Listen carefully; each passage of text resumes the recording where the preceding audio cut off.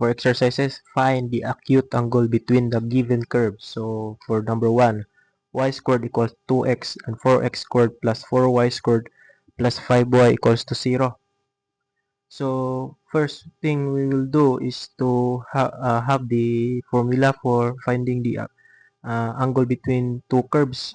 So the formula will goes like this. So tan theta is equals to m2 minus m1 all over 1 plus m2 multiplied by m1 absolute value.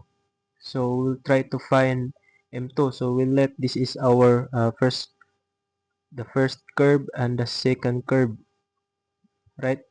So after this one, we'll find the m, so the slope or the first derivative. So let's have its first derivative for the first curve. So for m1, we'll have y squared is equals to 2x, and for m2 we have 4x squared plus 4y squared plus 5y equals to 0. So we'll differentiate it both equations. So 2y y prime is equals to 2x. So y prime is equals to 2x all over 2y. So it must be 2, right? So sorry for the error. So y prime is equals to m1 is equals to 1 all over y. So that is for m1, and we'll go to m2. So we'll differentiate. So 8x plus 8y y prime plus 5y prime is equals to 0. So we have y prime multiplied by 8y plus 5 is equals to 8x.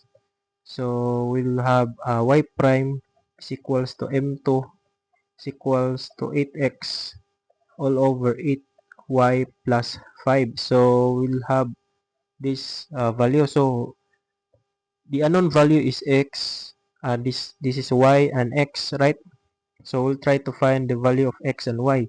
So by using the two curves, so we'll have at y squared. So at y squared is equals to 2x. We'll have this 4x squared plus 4y squared plus 5y equals to 0. So 4x squared plus 4y squared plus 5y is equals to 0, right? So let's review. So we'll substitute. So we have to find the value of x. So y squared all over 2. So let's substitute it to the right side. So 4 multiplied by y squared all over 2 squared plus 4y squared plus 5y is equals to 0.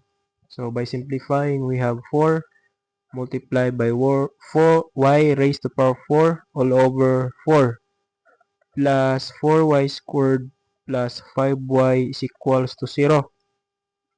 So simplifying, so we have y raised to power 4 plus 4y squared plus 5y is equals to 0. So we'll isolate y. So y cubed plus 4y plus 5 is equals to 0. So we'll try to find the value of y. So we'll have we'll find out what is the value of its root. So the first root will be y is equals to 0. So we'll equate this factored form to 0. So by using calculator, we have go to the menu, then go to the equation or function. So go to the polynomial. So the highest degree is 3. So type 1. So for y squared is 0, 0, 4, and 5. So equal. So the first root is y is equals to negative 1. So the second root, so it is imaginary, and that's third root is also imaginary. So we'll have these two values of y. So for me, we'll neglect y equals 0 because if we try to plug in y equals 0 here, it will make our equation to be 0, right? So we will use y equals to negative 1. So we'll have this uh, at, at y is equals to negative 1. So we have x is equals to negative 1 squared all over 2. So we have x is equals to 1 half. So we are now find the value of x and y, right? X and y. So we will use it to this m1 m1 and m2, right? So we'll just copy. So m1 is equals to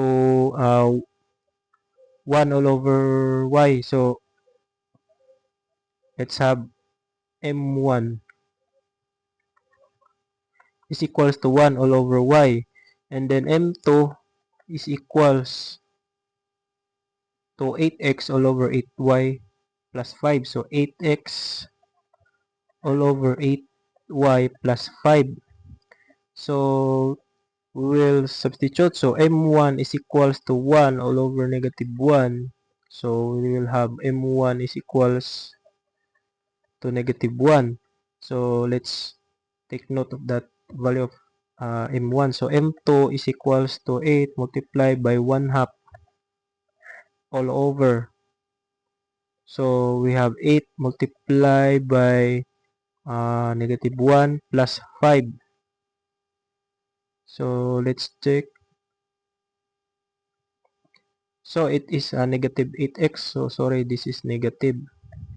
So this is negative. So negative 8 multiplied by 1 half is just equals to m2 is equals to negative 4 all over. So negative 8 plus 5 is just equals to negative 3. So we have m2 is equals to 4/3. So by having m1 and m2, so we'll now substitute to the original equation. So tan theta is equals to the absolute value of m2 minus m1 all over 1 plus m2 multiplied by m1. So we'll have tan theta is equals, so m2, what is the value of m2? 4/3. So we'll have 4/3 minus, so m1 is negative 1. Negative 1 all over, so 1 plus m2 is 4/3 multiplied by negative 1 to the absolute value. So by using calculator, we will now solve this one. So 4/3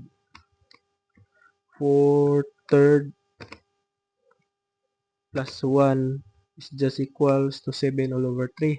So 7 all over 3 over, so 1 minus 4 all over 3. So it's negative 1/3. So we have negative 1/3. So by simplifying, we'll have tan theta is equals to 7 all over 3 multiplied by negative 1 multiplied by 3, right? So we'll cancel 3. So tan theta is equals to the absolute value of negative 7. So we'll have tan theta is equals to 7. So by finding its theta, so theta is equals to arctan of 7. So by using calculator, we'll calculate what is arctan of 7. Arctan of 7 is equals to 81.87 degrees. So 81.87 degrees. So this is now our final answer. So let's check if our answer is correct. So arctan of 7 or 81.87 degrees. So our answer here is theta equals arctan of 7 or 81.87 degrees. So our answer here is correct. So let's proceed to number 3.